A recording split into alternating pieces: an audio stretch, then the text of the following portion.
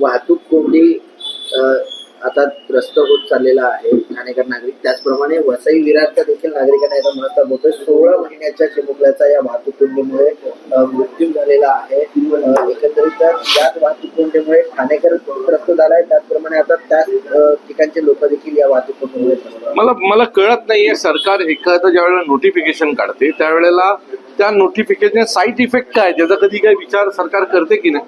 याच्या आधी देखील एक गणपतीच्या दरम्यान एक नोटिफिकेशन आलं होतं आणि त्या नोटिफिकेशन नुसार 31 डिसेंबर पर्यंत ठाण्यामध्ये कुठल्याही प्रकारचे हेवी गाड्या येणार नाही असं म्हटलं होतं.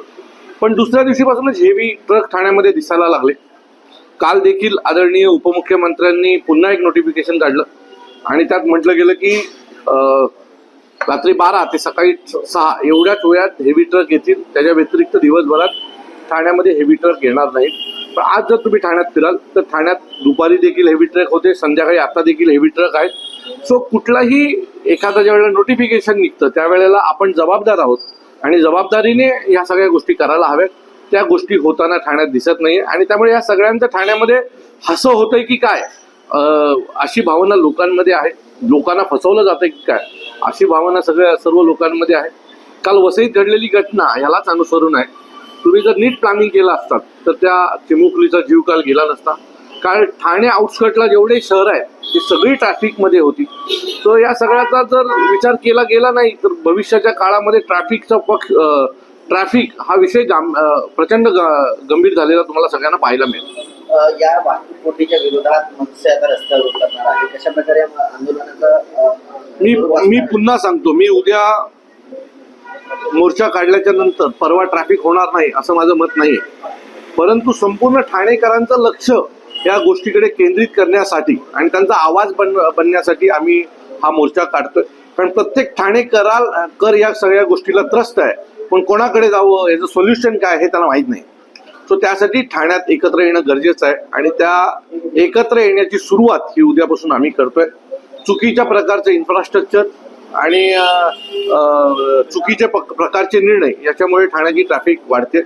आणि मी पुन्हा सांगतो, असं कुठलंही इन्फ्रास्ट्रक्चरचं काम ठाण्यामध्ये आता चालू नाहीये की पुढच्या 5-10 वर्षात ही ट्रॅफिक कमी होईल. अशी कुठलंही इन्फ्रास्ट्रक्चर आता ठाण्यामध्ये सुरू नये. पुढच्या 5-7 वर्षामध्ये ही परिस्थिती अजून भयानक झालेली तुम्हाला पाहायला मिळेल. वाहतूक कोंडीला शह देण्यासाठी मेट्रो लाईन टाकण्यात आलेली आहे. या मेट्रोचा ट्रायल जो आहे तो सोमवारी मुख्यमंत्र्यांच्या उपस्थितीत होणार आहे. कसं बघता या मेट्रो ट्रायल? माझं मत आहे की मेट्रो येऊन देखील ट्रॅफिकची कुठलीही काही मोठा ड्रास्टिक बदल होईल असं काही नाही. तुम्हाला हे सगळं ट्रॅफिक जर बाहेर काढायचं असेल तर तुम्हाला वाडा मनोर जो रस्ता आहे तो लवकरात लवकर बनवावा लागेल. वसई भिवंडी रस्ता आहे तो लवकरात लवकर बनवावा लागेल. आणि जोपर्यंत ही 2 मोठी रस्ते बनत नाहीत तोपर्यंत तुमचा ट्रॅफिकची समस्या, हेवी ट्रकची समस्या ही मिटणार नाही एवढं नक्की. तर राज ठाकरेंचा ठाणे दौरा असणार आहे. आगामी स्थानिक स्वराज्य निवडणुका पाहता हा दौरा महत्वाचा मानला जातो. मला वाटतं आजच सन्माननीय राजसाहेबांचा दौरा झालेला आहे आणि आता सध्या सन्माननीय राजसाहेब आमच्या प्रमुख पदाधिकाऱ्यांच्या भेटीगाठी घेत आहेत. त्यांना कानमंत्र देत आहेत. कशा प्रकारे भविष्याची आमची वाटचाल आहे आणि आम्हाला काय जबाबदारी आहे याची जाणीव सन्माननीय राजसाहेब आम्हाला सगळ्यांना करून देतात. सो त्यांनी दिलेल्या आदेशाप्रमाणे पुढच्या महिन्याभरात आमची कामं चालू असताना तुम्हाला दिसतील.